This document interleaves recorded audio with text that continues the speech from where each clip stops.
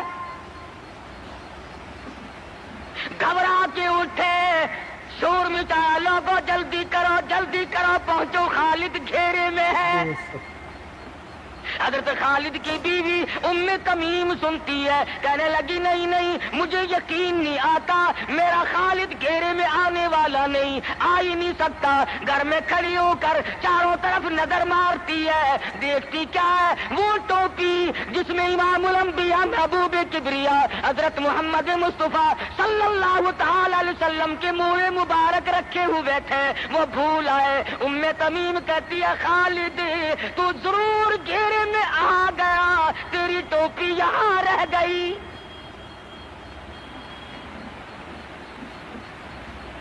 ام تمیم نے ٹوپی لے کر کے شور نہیں مچایا, کپڑے نہیں پھاڑے, چہرہ نہیں نوچا, ابو عبیدہ کے پاس نہیں آئی, بغل میں ٹوپی دبائی, برقع اوڑھا, گھوڑے پہ سوار ہوئی, تلوار لے کر گھوڑے کو سر پٹ چھوڑ دیا. صحابہ دیکھ رہے تھے, ارے یہ کون ہے, یہ کوئی جاسوس معلوم ہوتا ہے, اسے پکڑو. صحابہ نے گھوڑے دوڑائے, گھیرے میں لے لیا, پوچھا برقع پوش تو کون ہے, کہنے لگی نہ چھیڑو, خالد کی بیوی ام تمیم ہوں. تو کہاں چلی ہے, کہنے لگی میرا خالد گھیرے میں آ گیا, ٹوپی گھر پہ بھول گیا, وہ پہنچانے چلی ہوں, ہمیں دے دے ہم پہنچا دیں گے, تو عورت ذات ہے. کہنے لگی خالد کی جو قدر میں جانوں تم نہیں جانتے, جان دے دوں گی مگر ٹوپی کسی کو نہ دوں گی. نکل پڑی, آ کے دیکھا تلواریں چل رہی ہیں, گاجر مولی کی طرح آدمی کٹ رہے ہیں, حضرت خالد بن ولید بیچ میں ہے. ام تمیم نے تلوار نکال کر چلانی شروع کر دی, گاجر کی طرح لوگوں کو کاٹ مارا. خود حضرت خالد کہتے ہیں او میرے ساتھیوں, اس نوجوان کو پہچانو, اس برقع پوش کو پہچانو, اس نقاب پوش کو پہچانو, یہ کون ہے. جب سامنے گئی, نقاب اٹھا کے کہنے لگی خالد تیری بیوی ام تمیم ہو, یہ ٹوپی بھول آئے ہو, پہنچانے آئی ہو.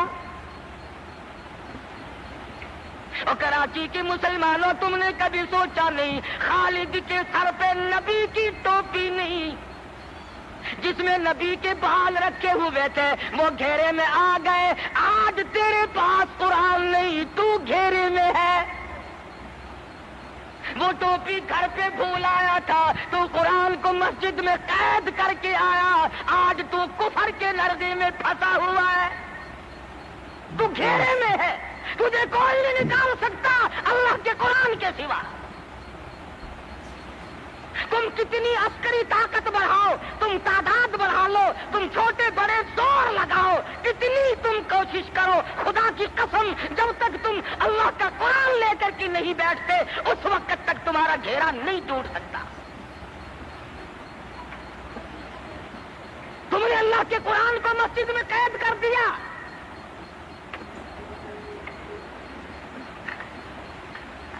نہ اس کو عوام صدر میں جگہ دی, نہ مارکیٹ میں جگہ دی, نہ محلے میں جگہ دی, نہ برادری میں جگہ دی, نہ خاندان میں کوئی جگہ دی. تمام کو اکٹھا کر لو گے, اللہ کے قرآن کو پوچھنے والا کوئی نہیں. کون پوچھے؟ حضرت خالد تو صرف ٹوپی بھول کر آئے تھے, ہم نے قرآن ہی بھلا دیا, نبی کی سیرت کا آئینہ بھلا دیا. خدا کی قسم نبی نے امانت تمہارے سپرد کی ہے, میدان حشر برپا ہوگا اور اللہ کا پیغمبر کھڑا ہو کر تم سے مطالبہ کرے گا, لاؤ میری امانت کہاں ہے. کچھ لوگ کہیں گے اور جی ہم تو عشق کی وجہ سے ایسا کر بیٹھتے ہیں, محبت میں ہمیں پتہ ہی نہیں چلا قرآن کہاں رہ گیا. محبت میں ہمیں پتہ ہی نہیں چلا قرآن رہ کہاں گیا. اور تجھے کیسی محبت ہے, تجھے کیسا عشق ہے کہ تجھے آج تک پتہ نہیں چلا. عشق تو صحابہ کرام کو تھا. مدینہ منورہ ہے، اللہ پاک ہر مسلمان کو مدینہ پاک کی زیارت نصیب فرمائے۔ خدا کی قسم، مدینے کی ہوا میں جو خوشبو ہے تمہاری، وہ کستوری میں نہیں ہو سکتی، وہ مشک میں نہیں ہو سکتی، وہ عنبر میں نہیں ہو سکتی، وہ زعفران میں نہیں ہو سکتی۔ ارے مدینے کی ہوا میں جو خوشبو ہے، جو گنبد خضرا سے ٹکرا کر آتی ہے، اس ہوا میں خوشبو بھی نرالی ہے۔ پیارے دوستو، السلام علیکم رحمۃ اللہ وبرکاتہ۔ دوستو ابھی آپ نے بیان سنا، دوستو بیان فرماتے قاری حنیف ملتانی رحمۃ اللہ علیہ، اللہ تعالیٰ حضرت کی مغفرت فرمائے۔ دوستو بیان کا عنوان تھا شیطان انسان کو کیسے گمراہ اور بہکاتا ہے۔ دوستو بیان آپ کو پسند آیا تو ہمارے چینل کو سبسکرائب، ویڈیو کو لائک ضرور کر لینا۔ کل پھر ملتے ہیں ایک نئی ویڈیو کے ساتھ، جب تک کے لیے السلام علیکم، خدا حافظ۔